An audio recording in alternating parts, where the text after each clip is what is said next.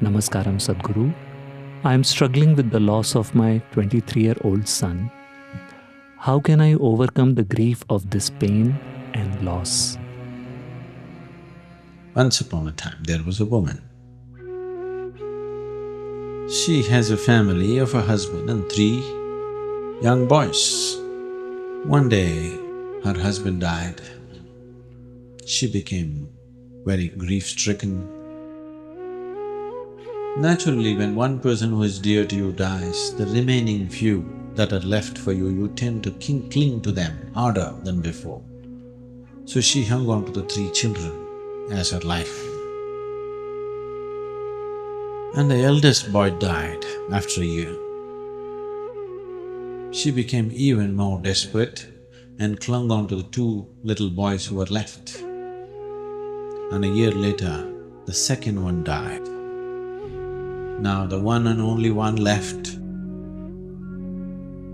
she clung on to him like dear life. And today, this boy died.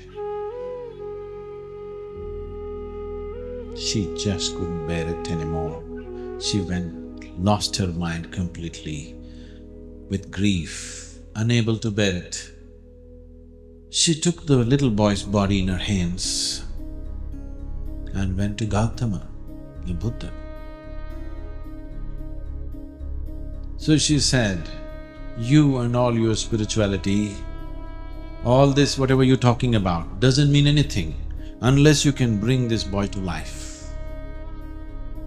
My husband died, I somehow bore that. My first boy died, I still held myself. Second one died, I still held myself. The only one that I have, this is also gone. If you are real, you must prove now by bringing this boy to life." Gautama looked at the woman. He knew she's in such an inflamed state of emotion. Now whatever you say will not get across. Gautama said, "Let us do it." He said, "Go out into the village. From a house where there has been no death, from such a house, get me a few sesame seeds. I will put your boy back to life." The woman carrying the boy's body went from house to house, looking for a house which has not known death. As she went from home to home, desperately hoping that she will find one, after being through the whole town, she realized there had not been a single home. Then she came down. She did what she had to do with the body. Then she came and sat in front of Gautama and said, "Now it doesn't matter," and sat down to be there with him right through her life. What is it that happened to her? Why is it, if Gautama is genuine, having so much mastery over life, could not infuse life into this little body? It could have been done. It can be done if the body is still ready to receive something.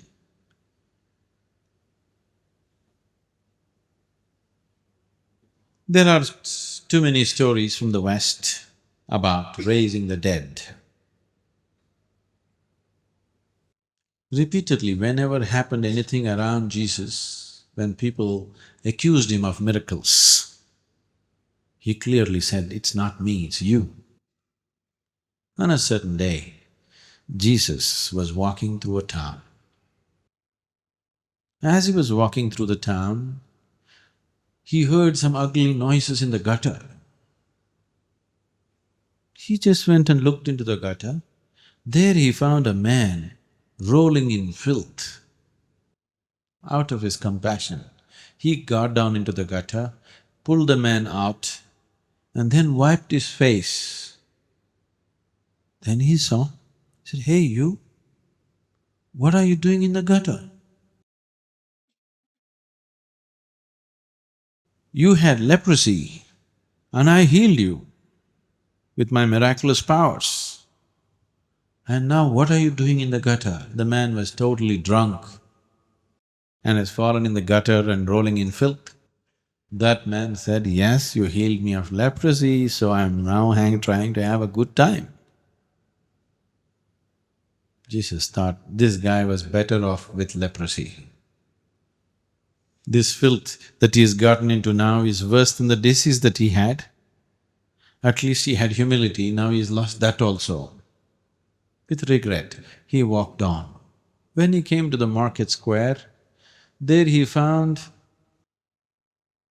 a man is harassing and tormenting a prostitute who is well beyond her years. He went and stopped this nuisance and he looked at him and said, hey, you are blind and I gave you vision, what are you doing? That man said, yes, I was blind, you gave me vision, now I'm trying to enjoy the beauty of the world. Jesus hung his head in regret. This guy was better off blind. He left the town and he was just leaving the town and walking out. There he found a man preparing to hang himself from the tree. It got the noose and getting ready to hang. Out of his compassion, he again ran towards the man. That man looked at Jesus running towards him and said, not you, not once again. You know who he is? That was Lazarus. So whatever you think is a miracle, whatever you think is a miracle is coming from a certain state of misunderstanding of life. One day a rich man invited a yogi to his house. In India, when somebody builds a new house, they usually invite a sage or a saint to bless their house. The yogi came to their house, they welcomed him like a king, treated him like a king, they worshipped him, and then both the husband and wife came and said, please bless us. The yogi raised his hands and said, first let your father die, then you die, then let your children die.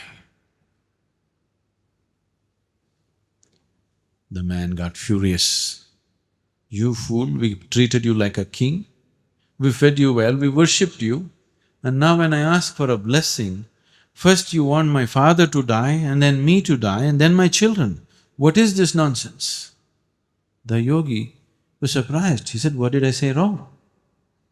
Is it not good if first your father dies, then you die and then your children die? This is the natural order of life. If suppose your children die first, that is not good. Or you die before your father, that is not good.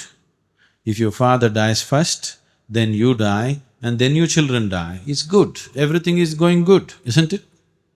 Yes? Now it so happened in our lives, which we don't wish for, but suppose it so happened, either we died before our parents or our children died before us, it is not something that we want to see. It is not something that anybody wants to see. But if such a thing did happen, how do I go beyond this grief?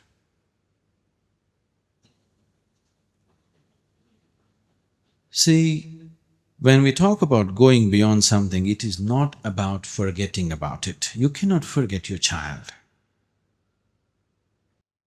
You cannot tell yourself, it's all okay, what is there, it's all right, it's not all natural. You cannot. It is true, something that's very precious to you, something that means a lot to you is gone. But the fact of life is such, that which slips beyond the realm of what you call as life right now, once it crosses the boundary, it is not yours anymore. This is the fact of life. It makes logical sense to me, but still my grief is not gone. That is a reality. It is not with any insensitivity that I am saying this. but it's time to accept it the way it is. It is time to look back and cherish what has been, and it is time to accept it and look at what you can do with the life that is here. Right now, your son, your daughter, your grandson, somebody who was very dear to you, passed away untimely. Instead of sitting and making yourself into a wreck, there are so many other sons and daughters and grandsons who have nobody to care for. There's enough opportunity for you to express this love and care in a million different ways. There is so much life around you which needs this care, and you have a need to find expression to this love and care in you. Please do that. If you don't do that, your grief will be forever. It'll remain bottled and torture you for all your life. For one son that you lost, you take up 10 as your own and see that you find full expression to your love and your father's fatherhood. You will find that it will become… your son would become a foundation to make your life much more beautiful than it would be with just one son. You could make it like that. You have to take that step, otherwise you will simply go on with something that you cannot change. What is happening within us, it doesn't matter for what reason it is happening, still it is being created by us. If we are willing, we can change that too. And as long as you're alive, it is important that you see how to contribute to the living